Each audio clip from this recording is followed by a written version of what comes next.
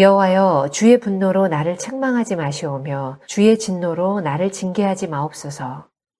여호와여, 내가 수척하였사오니 내게 은혜를 베푸소서. 여호와여, 나의 뼈가 떨리오니 나를 고치소서. 나의 영혼도 매우 떨리나이다. 여호와여, 어느 때까지니이까? 여호와여, 돌아와 나의 영혼을 건지시며 주의 사랑으로 나를 구원하소서. 사망 중에서는 주를 기억하는 일이 없사오니 스올에서 주께 감사할 자 누구리이까? 내가 탄식함으로 피곤하여 밤마다 눈물로 내 침상을 띄우며 내 요를 적시나이다. 내 눈이 근심으로 말미암아 쇠하며 내 모든 대적으로 말미암아 어두워졌나이다. 악을 행하는 너희는 다 나를 떠나라. 여호와께서 내 울음소리를 들으셨도다. 여호와께서 내 간구를 들으셨으며 여호와께서 내 기도를 받으시리로다. 내 모든 원수들이 부끄러움을 당하고 심히 떨미어 갑자기 부끄러워 물러가리로다. 자, 우리 인사하겠습니다. 반갑습니다. 반갑습니다. 네, 우리가 지난주에 시편 5편을 함께 나누었습니다. 시편 5편에서는 성도들의 소원과 그리고 그들이 얻었던 은혜와 축복의 기쁨에 대해서 말씀하고 있었습니다. 자, 오늘은 6편을 함께 나누겠는데요. 지난주와는 전혀 다른 어려운 상황 가운데서 부르는 노래입니다.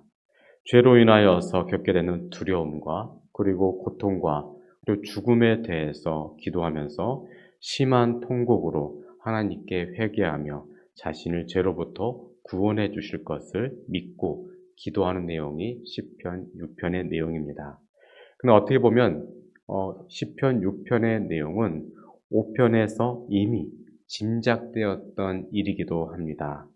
시편 5편을 보면 다윗이 하나님께 예배하는 복이 자신에게 있어서 얼마나 좋은 것인지, 그런데 그것을 자기를 반대하는 적들이 원수들에 의해서 그러한 예배하는 것이 끊임없이 위험을 받고 있다고, 그렇게 예고편으로 시편 5편이 그렇게 불려졌습니다. 자, 그때 원수들은 과거에 있었던 이 시편 기자 다윗의 죄를 계속해서 예전의 것들을 근거로 해서 다윗을 힘들게 했습니다. 오늘 본문에서 다윗은 이러한 기가 막힌 상황 속에서도 두렵고 떨림으로 하나님께 호소하고 있습니다. 다윗은 지금 매우 큰 실패를 경험하고 있습니다. 그러나 다시 한번 하나님의 은혜로 일어나게 되는 내용이 바로 시편 6편의 내용입니다. 오늘 본문에서는 경건했던 다윗이 어느 날 갑자기 연약한 모습으로 넘어진 이후에 다시 한번 하나님께 매달리는 내용, 그러한 내용으로 기록되어 있습니다. 그런데 이러한 다윗의 모습은 지금 우리의 모습이기도 합니다. 양심을 찌르는 고통과 하나님의 징계, 그리고 적들의 비방과 정죄와 조롱 속에서 늘 우리가 있기 때문입니다.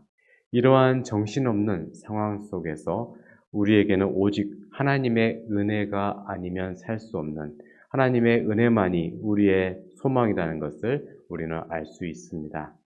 혹시라도 하나님의 징계와 진노하심으로 내 영혼이 시들어져 가는 것처럼 느껴지는 그러한 상황 가운데 있다고 할지라도 우리가 구해야 할 것은 오직 하나님의 은혜입니다. 사랑하는 성도 여러분, 오늘은 불안하고 힘든 상황 속에서 우리가 새 힘을 얻을 수 있는 유일한 해결책은 오직 하나님밖에 없다는 것을 우리가 이 본문의 말씀 통하여서 받을 수가 있습니다. 우리가 만약 그분께 나아가서 우리의 연약한 모습을 있는 그대로 고백하고 죄의 용서를 구하면 하나님은 자신의 긍휼과 자비로서 우리의 모든 잘못을 용서해 주십니다. 그리고 우리를 인정해 주십니다. 오늘 우리는 이러한 내용을 가지고 몇 가지의 메시지를 받을 수 있습니다.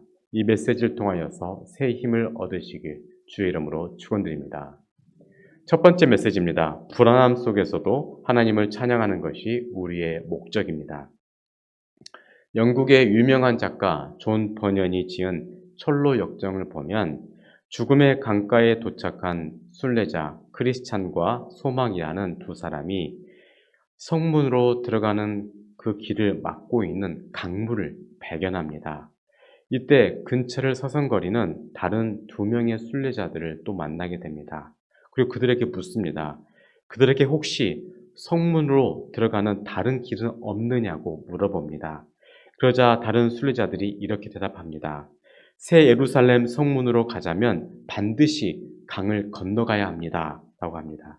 이때 크리스찬은 깊이 낙심하면서 정말 다른 길은 없느냐고 묻습니다. 그때 그들은 이렇게 대답을 합니다. 있기는 하죠. 하지만 세상이 생긴 이래 지금까지 엘리야와 에녹 이 두 명만 그 길을 지나가도록 허락받았습니다. 그 밖에는 마지막 나팔 소리가 들리는 날까지 누구도 그 길을 지나갈 수가 없습니다. 라고 대답합니다. 크리스찬과 소망 이 두 사람은 여기저기 두리번거렸지만 강을 건널 만한 다른 길을 발견할 수가 없었습니다. 그렇습니다. 죽음의 확률은 100%입니다. 그래서 전도서 3장 2절 말씀 보면 날 때가 있고 죽을 때가 있으며 라고 말씀하고 있습니다. 또 히브리서 9장 27절 보면 한 번 죽는 것은 사람에게 정해진 것이요 그 후에는 심판이 있으리니 라고 말씀하고 있습니다. 한 이야가 있습니다. 아버지의 죽음을 목전에 두고 두려워했던 한 청년이 산중에서 수도하는 수도승에게 나아가서 묻습니다. 아버지의 죽음을 면할 만한 방법을 가르쳐 주십시오. 라고 묻습니다. 그때 그 수도하던 성자가 이런 말 합니다. 만일 자네가 마을로 내려가서 한 번도 죽음을 겪지 못한 집에서 씨앗 하나를 가져오면 내가 자네 부친의 죽음을 면할 방법을 알려주겠네 라고 대답합니다. 물론 그 청년은 그런 집을 찾을 수가 없었습니다. 그렇습니다. 그 누구도 죽음을 피할 수가 없는 것입니다. 본문에서 다윗은 자기가 처한 상황이 너무 힘들어서 지금의 상황이 마치 하나님의 분노와 진노가 일어나서 생긴 것으로 그렇게 생각하고 있었습니다. 그래서 1절 보면 다음과 같습니다. 여호와여 주의 분노로 나를 책망하지 마시오며 주의 진노로 나를 징계하지 마옵소서라고 시편 6편은 시작하고 있습니다. 하나님께 자신을 책망하거나 멀리하지 마시고 자기를 구해달라고 그렇게 간절한 마음으로 기도하고 있는 것입니다. 그래서 이후에 4절을 보면 다음과 같이 기록되어 있습니다. 여호와여 돌아와 나의 영혼을 건지시며 주의 사랑으로 나를 구원하소서라고 기록하고 있습니다. 다윗은 하나님께 기도하기를 내게 돌아와 주십시오. 그리고 저를 지금의 상황에서 건져내 주십시오. 그리고 나를 구원하여 주십시오라고 그렇게 간절하게 기도하고 있습니다. 다윗은 지금의 문제가 최대한 빨리 해결되기를 원하였습니다. 그래서 그렇지 않으면 자기는 죽게 될 것으로 그렇게 생각하고 하나님께 기도하고 있습니다. 지금 다윗은 죽음에 대해서 진지하게 고민하고 있었습니다. 사랑하는 성도 여러분, 우리는 인생의 마지막에 대해서 고민하면서 살아가야 합니다. 지금이라도 하나님이 부르시면 우리는 그 뜻에 순종하는 마음이 필요합니다. 그런데 우리가 아는 다윗은 뭔가 달라도 많이 달랐습니다. 자, 그러한 모습을 오늘 본문에서는 다음과 같이 보여줍니다. 그 중에서도 고난 속에서 그의 고백이 있는데요. 5절 보면 다음과 같습니다. 사망 중에서는 주를 기억한 일이 없사오니 스올에서 주를 감사할 자 누구리까? 라고 하면서 그렇게 기도하고 있습니다. 자, 5절을 원문에 좀 더 충실하게 번역하면 다음과 같습니다. 죽어서는 아무도 주님을 기억하지 못합니다. 스올에서 누가 주님을 찬양할 수 있겠습니까? 라고 다시 한번 번역할 수가 있습니다. 이게 무슨 말인가 하면 지금 제가 죽으면 이전에 하나님이 내게 베푸셨던 은혜를 기억하면서 찬양할 수가 없습니다. 그래서 살아서 지금 이 상황 속에서 주님을 마음껏 찬양할 수 있도록 저를 좀 살려주십시오 라고 기도하고 있는 것입니다. 언뜻 보면 지금의 어려운 상황을 벗어나게 해달라고 하나님께 기도하는 것처럼 들리겠지만 실상은 죽음을 초월한 믿음의 고백이었습니다. 자신의 인생은 하나님을 찬양하는 것이기 때문에 내게 기회를 주셔서 죽기 전에 하나님을 마음껏 찬양하며 그렇게 인생을 마무리하게 해달라고 그렇게 기도하고 있는 것입니다. 사람은 누구에게나 이런저런 불안함이 있습니다. 그 중에서도 죽음에 대한 불안함은 누구에게나 다 있는 것입니다. 오늘 본문에서 우리는 압살롬의 공격으로 이 밤을 무사히 지낼 수 있을런지 혹은 밤중에 죽을런지 아무도 모르는 그러한 다윗의 인간적인 공포를 우리가 볼 수가 있고 느낄 수가 있습니다. 이러한 모습은 사람이라면 누구에게나 느끼는 감정입니다. 어린아이들은 밤에 자다가 꿈을 꾸다가 그 꿈 때문에 두려움을 느끼기도 합니다. 또 학창 시절, 특별히 중고등학교 시절에는 학업에 대한 불안감을 많이 느낍니다. 성적이 떨어지지는 않을까? 혹시는 내가 원하는 학교에 들어갈 수 있을는지 그것 때문에 또 고민하기도 하고 또 모든 과정을 마치면 자기가 원하는 직업을 찾을 수 있을는지 또 그것을 찾는다 할지라도 내가 거기에서 안정된 직책을 얻을 수 있을는지 하면서 계속해서 불안이 연속되어져 갑니다. 그 다음에는 배우자에 대한 그러한 선택에 대한 불안함을 느낍니다. 그래서 이후에 좋은 배우자를 만나면 안정된 생애를 지내다가도 여러 가지 문제 때문에 불안함을 또한 느낍니다. 결국 나이가 많아지면 마지막에는 죽음에 대한 그러한 불안감을 느끼게 됩니다. 이렇듯 사람은 태어날 때부터 죽을 때까지 내용은 바뀌지만 끝없는 불안 속에서 시달리게 됩니다. 여러분, 우리에게 밀려오는 불안의 원인은 어디에 있는 것입니까? 여기에 대해서 철학자들이 여러 가지 각도로 설명을 하였습니다.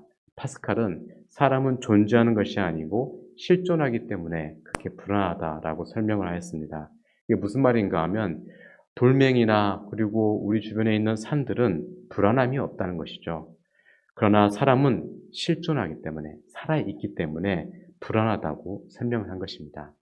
또 샤르트르라는 철학자는 사람은 자유를 가지고 있기 때문에 자유 안에서 불안함이 온다고 합니다.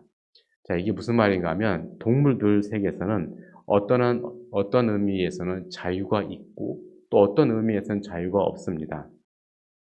자유가 있다고 할지라도 동물들에게는 본능 속에서 자유를 누리며 살고 있죠. 제한된 자유입니다.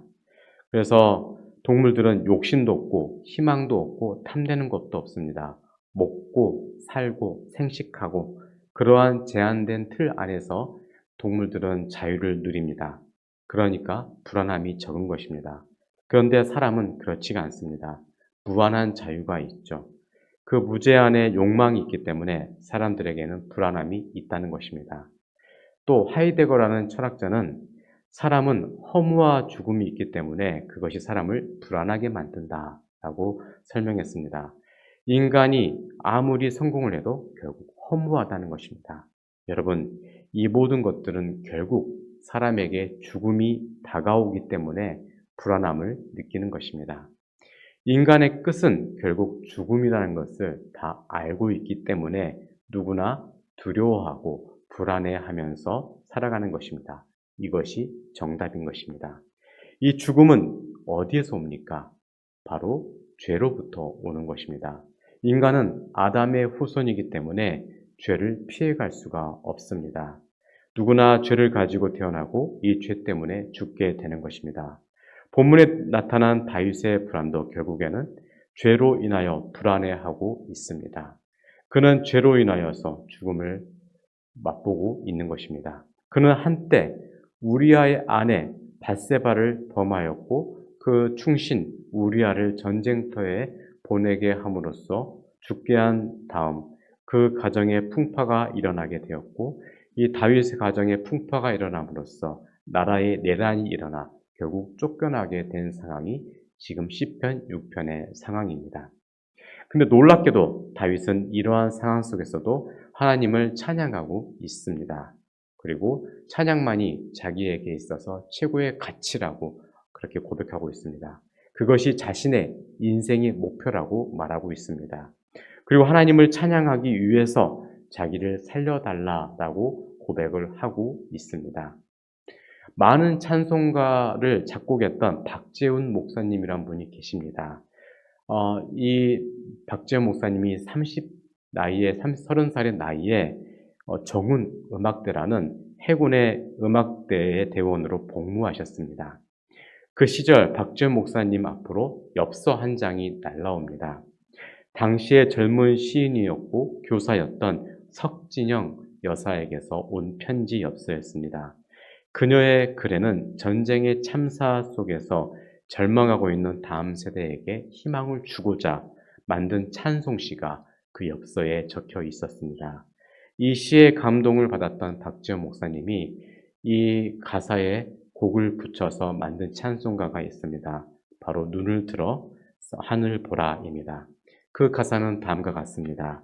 눈을 들어 하늘 보라. 어지러운 세상 중에 곳곳마다 상한 영의 탄식 소리 들려온다. 빛을 잃은 많은 사람 길을 잃고 헤매이며 탕자처럼 기진하니 믿는 자여 어이할고 눈을 들어 하늘 보라. 다시 사신 그리스도 만백성을 사랑하사 오래 참고 기다리네. 인내하신 우리 구주 의의 심판하시는 날 곧 가까이 임하는데 믿는 자여 어이할고 라는 우리가 잘 아는 찬송가가 이때 만들어진 것입니다. 우리가 주를 찬양하면 하나님은 반드시 우리의 아들, 딸들을 회복시켜 주시고 우리 자신도 회복시켜 주십니다. 그래서 이사야서 60장 40절 보면 다음과 같은 말씀이 기록되어 있습니다. 내 눈을 들어 사방을 보라. 무리가 다 모여 내게로 오느니라. 내 아들들은 먼 곳에서 오겠고 내 딸들은 안기어 올 것이라 라고 기록하고 있습니다.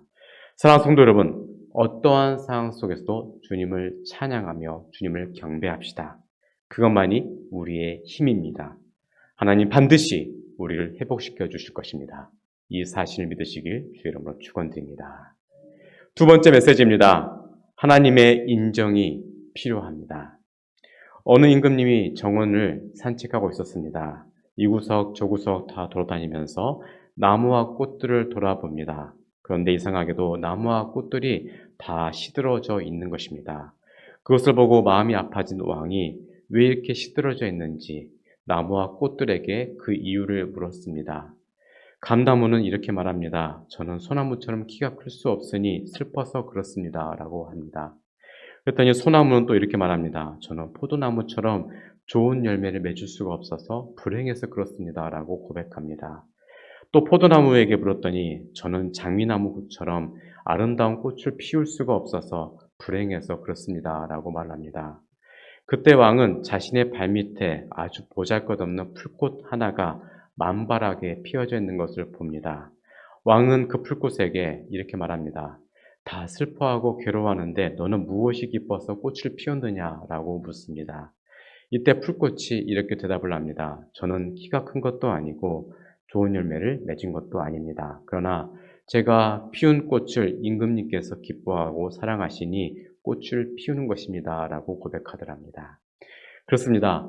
이름 없는 풀꽃과 같은 마음으로 다윗은 하나님을 바라보았고 그분을 위해 꽃을 피우기를 원하였습니다. 그는 지금의 상황이 너무 좋지 않아도 하나님만을 바라보면서 기도하고 있었습니다.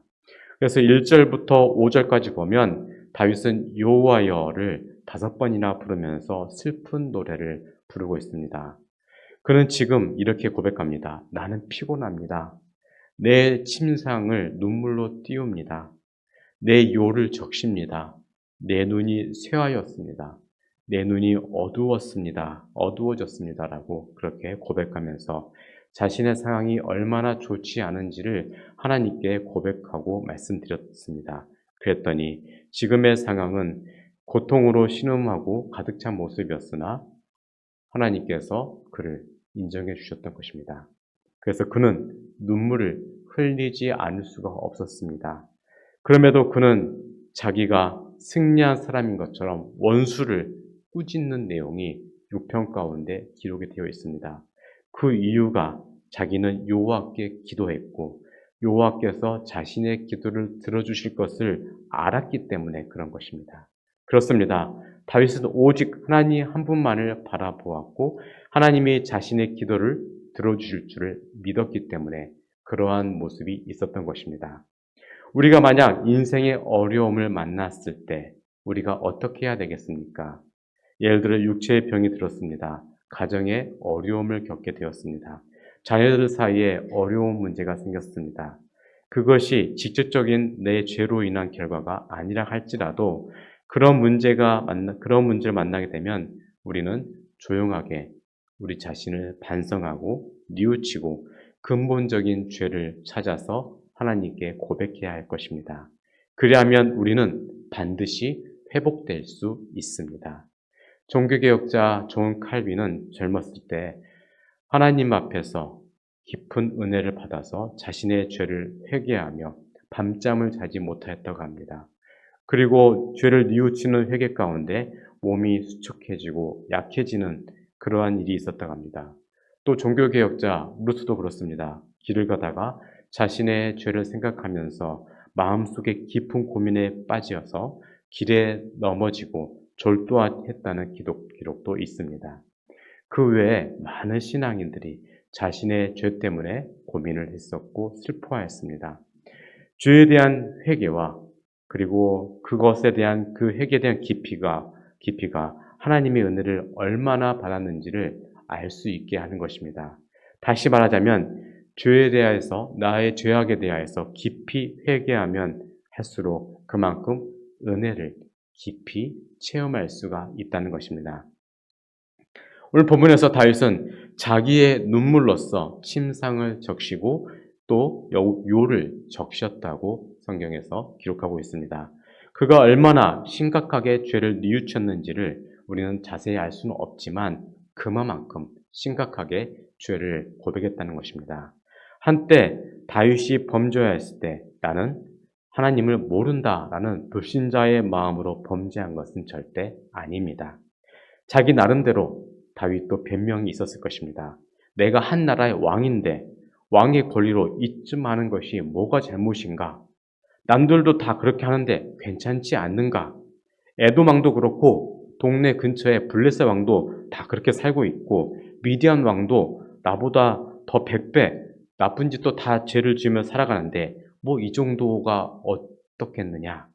이 정도가 어떻다는 건가? 라는 나름대로의 그러한 생각은 있었을 것입니다. 그러면서 그는 범죄한 것입니다. 그 순간 그 죄악 때문에 눈이 어두워졌고 양심이 마비되어서 그가 범죄하였던 것입니다. 한 이야기가 있습니다. 예전에 케네디 대통령이 살았을 때 이런 일이 있었습니다.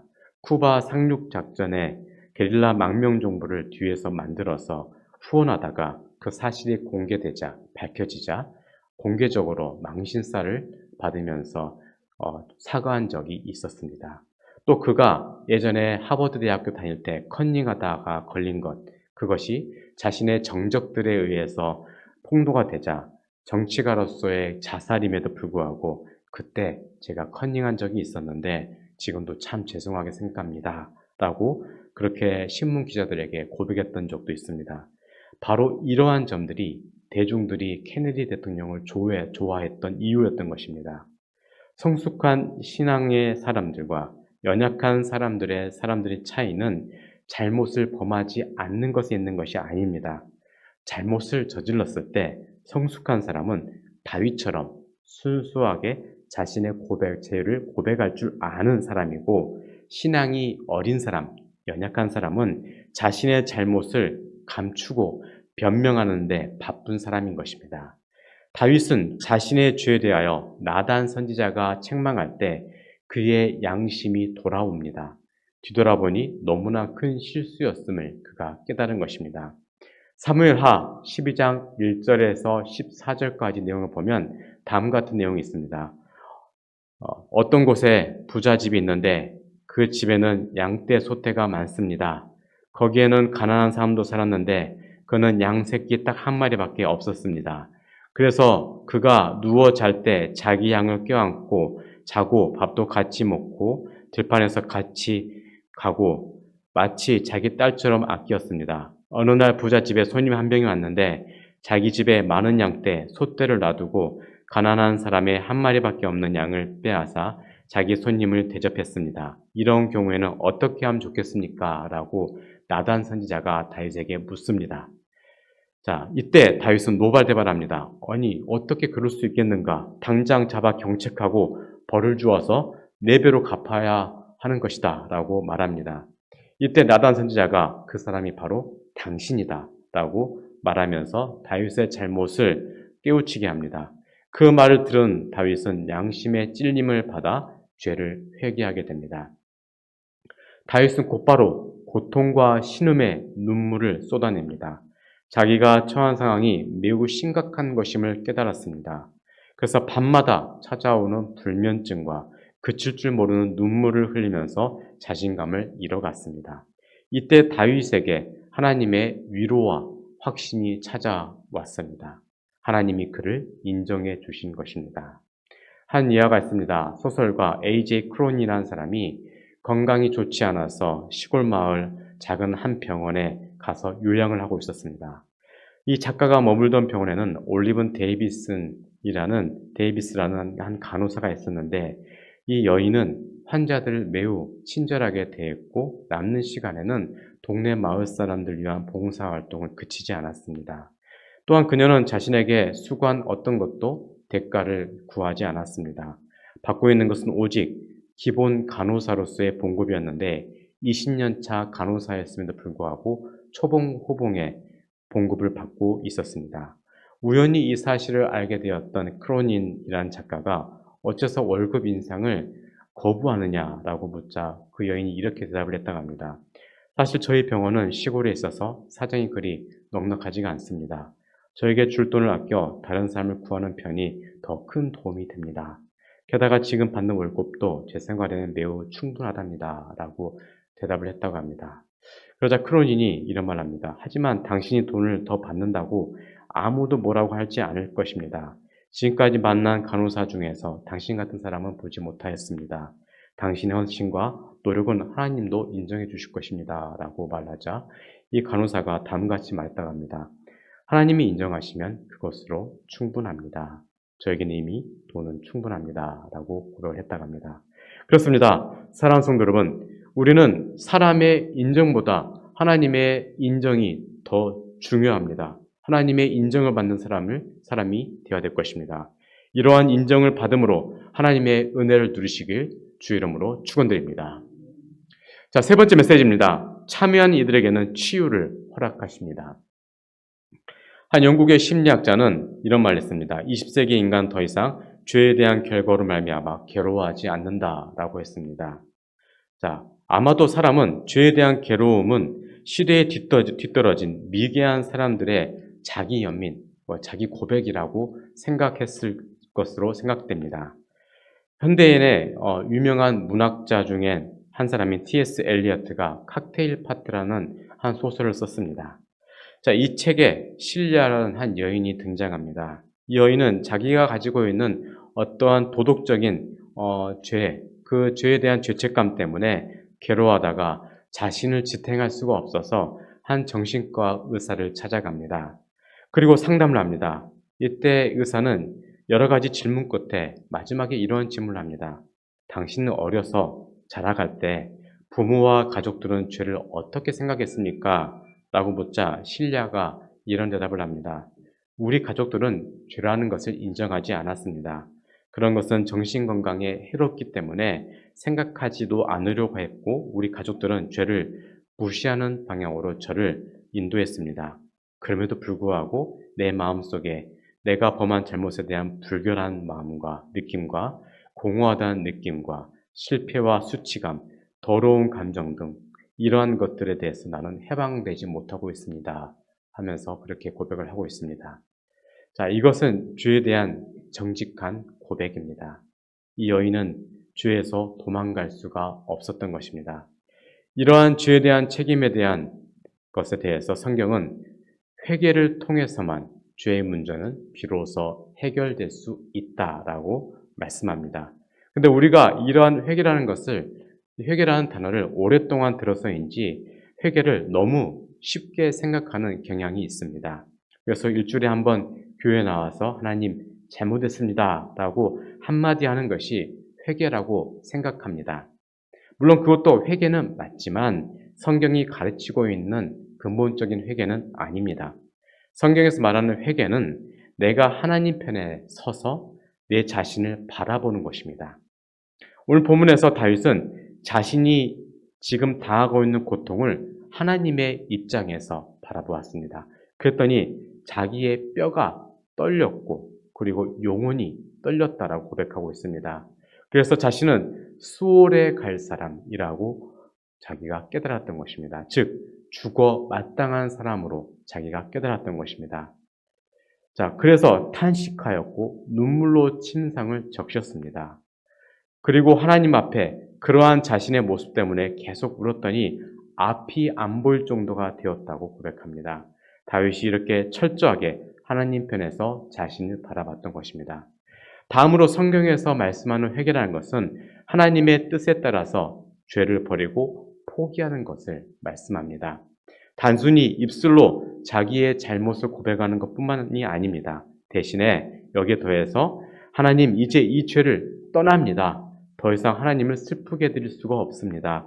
더 이상 살아계신 하나님, 내 생명의 근원이신 하나님을 불편하게 해드릴 수가 없습니다. 하나님이 미워하시는 이 죄를 이제 포기하겠습니다. 라고 고백하는 것. 이것이 진정한 회개인 것입니다. 이렇게 회개할 때 우리에게는 약속이 주어집니다. 우리의 죄를 포기하고 하나님 앞에 나와서 하나님, 제가 이 죄를 범했습니다. 라고 겸손하게 자기의 죄를 인정하고 자신이 지은 죄를 버리게 되면 하나님이 우리를 위로해 주시고 새로운 약속을 주신다는 것입니다. 그래서 본문 8절과 9절을 보면 다음 같은 말씀이 있습니다. 악을 행하는 너희는 다 나를 떠나라. 여호와께서 내 울음소리를 들으셨도다. 여호와께서 내 간구를 들으셨으며 여호와께서 내 기도를 받으시리로다 라고 성경에서 기록하고 있습니다. 자신의 기도를 받아주신다는 것입니다. 이것이야말로 믿는 자들에게 있어서 회개를 통하여서 얻을 수 있는 최고의 큰 위로인 것입니다. 다윗은 한때 하나님이 자기를 찌신다는 그러한 생각을 떨쳐버릴 수가 없습니다. 그래서 그는 2절에 뼈가 심히 떨린다라고 고백했습니다. 근데 이제는 같은 말로 원수들이 심히 떨고 있다라고 하면서 반대의 말을 또한 하고 있습니다. 왜냐하면 하나님이 다윗 자신의 회개의 기도를 들으셨기 때문에 이제 곧 자기의 삶 가운데 하나님이 개입하여 주실 것을 그가 확신했기 때문입니다. 여러분, 우리가 만약 다윗과 같은 모습으로 온전한 모습, 하나님께서 기뻐하신 모습으로 서게 된다면 하나님은 우리의 죄를 용서해 주십니다. 왜냐하면 그분은 미쁘시고 의로우신 분이시기 때문입니다. 요한일서 1장 9절 보면 다음 같은 말씀이 있습니다. 만일 우리가 우리 죄를 자백하면 그는 미쁘시고 의로우사 우리 죄를 사하시며 우리를 모든 불의에서 깨끗하게 하실 것이요 라고 말씀하고 있습니다. 여기에서 미쁘시다라는 말은 신실하시다는 것입니다. 이 신실하다라는 말은 하나님의 약속과 관련되어 있는 의미 있는 단어입니다. 자, 하나님은 우리에게 많은 약속을 하셨습니다. 그 중에 가장 중요한 약속은 언약을 아시는 하나님이 우리의 수많은 우리의 실수에도 죄에도 우리의 악함에도 불구하고 우리를 용서하시기로 한 그 약속을 지키시는 그것을 작정하셨다는 것입니다. 말이 어려우십니까? 그러니까 하나님이 우리의 죄를 그럼에도 불구하고 용서해 주시고 예전의 그 관계로 다시 회복시켜 주시는 것을 하나님께서 작정하셨다는 것입니다. 그분은 우리에게 약속하신 대로 용서하는 분이십니다. 그리고 한 걸음 더 나아가 그는 의로운 분이십니다. 의로우신 하나님이 어떻게 우리의 죄를 용서하십니까? 전능하신 하나님께서 죄에 대하여 처벌받아야 마땅한 우리의 죄를 면제해 주시는 것뿐만 아니라 그 죄를 아들 하나님 예수 그리스도를 통하여 직접 뒤집어 쓰게 하신 것입니다. 아버지 하나님께서 독생자 예수 그리스도를 보내셔서 죄가 없는 분을 죄로 만드셨고 우리 죄를 대신해서 죽게 하셨습니다. 이것을 믿는 이들에게 진정한 은혜와 회복이 있는 것입니다. 오늘 본문을 보면 다윗이 하나님의 뜻에 맞는 회개를 하였더니 그의 마음속에 평안이 밀려왔습니다. 하나님으로부터의 회복의 은혜를 받았기 때문입니다. 그래서 이후에 8절부터 10절을 보면 다음과 같은 고백을 합니다. 악을 행하는 너희는 다 나를 떠나라. 여호와께서 내 울음소리를 들으셨도다. 여호와께서 내 간구를 들으셨으며 여호와께서 내 기도를 받으시리로다. 내 모든 원수들이 부끄러움을 당하고 심히 떨미어 갑자기 부끄러워 물러가리로다 라고 기록하고 있습니다. 여기에서 원수들이 떤다는 것은 무엇을 의미합니까? 여기에 대한 답변을 어디에서 얻을 수 있는가 하면 욥기에서 얻을 수 있습니다. 욥의 세 친구들은 욥이 하나님의 벌을 받아 고통을 받고 있기 때문에 하나님이 너 욥의 기도를 들으시지 않을 것이고 들으셔도 안 된다고 그렇게 그들은 생각을 했습니다. 그런데 놀랍게도 하나님이 욥의 기도를 들어주셨습니다. 이때 친구들의 관점이 잘못되었음이 분명히 드러나게 되었습니다. 그래서 욥의 친구들은 자기들이 내놓은 답이 틀렸음을 알고 두려워 떨었습니다. 이러한 모습이 다윗의 적들에게 나타날 것을 오늘 본문에서 말씀하고 있습니다. 우리가 함께 나눈 시편 6편은 사실은 오랜 시간 동안 병으로 누워있는 그러한 환자들을 위한 노래로 불려왔던 시입니다. 이 시를 그래서 이스라엘 공동체는 그들의 찬송가에 이 시편 6편을 넣었습니다. 그 이유는 사람이 병에 들어서 앓게 되면 어떠한 고통을 겪게 되는지를 이 시편 6편이 자세하게 잘 보여주기 때문입니다. 그래서 그들을 위로하고 격려하고자 이스라엘 공동체는 예전부터 이 시편 6편을 그들의 찬송가로 삼았습니다. 찬송도 여러분, 우리는 다 죄인입니다. 그래서 우리가 수치를 당하고 하나님의 분노를 경험하게 되는 것은 너무나도 당연한 일입니다. 그러나 이러한 상황 속에서도 나의 회개를 들으신 하나님께서 내 죄를 용서하시고 내 모든 원수가 부끄러움을 당하게 하실 것으로 오늘 본문에서는 확신하고 있습니다. 우리의 믿음의 선조들은 어려울 때마다 오늘 본문의 말씀을 붙잡고 밤마다 눈물로 침상을 적시며 부르짖었습니다. 그러면 하나님은 그들에게 찾아가 주셨고 그들을 위로해 주셨습니다. 우리도 그러한 은혜를 경험해야 할 것입니다. 어떠한 상황 속에서도 하나님을 의지하시고 다시 일어나시길 주의 이름으로 축원드립니다. 기도하겠습니다. 우리를 회복시키시고 날마다 새 힘을 주신 하나님, 지금 우리의 여러 가지 불안하고 힘든 상황 속에서도 우리가 하나님만을 바라봅니다. 하나님은 우리의 모든 연약한 모습을 아심에도 불구하고 우리의 죄를 용서해 주시고 주님의 긍휼과 자비로서 회복시켜 주시는 분임을 우리가 믿습니다. 우리가 지금의 불안함 속에서도 주를 찬양하게 하시고 주님만을 바라보는 인생으로 바로 서게 하옵소서. 그리하여 하나님께 인정받는 인생을 살아가게 하시고 주님이 허락하시는 회복의 삶을 살아갈 수 있도록 인도하여 주옵소서. 그리고 작은 것도 주님께 회개하는 인생이 되길 원합니다. 늘 회개의 역사가 우리 가운데 나타나게 하여 주시옵소서. 감사드리며 울고 나신 예수님 이름으로 간절히 기도드리옵나이다. 아멘.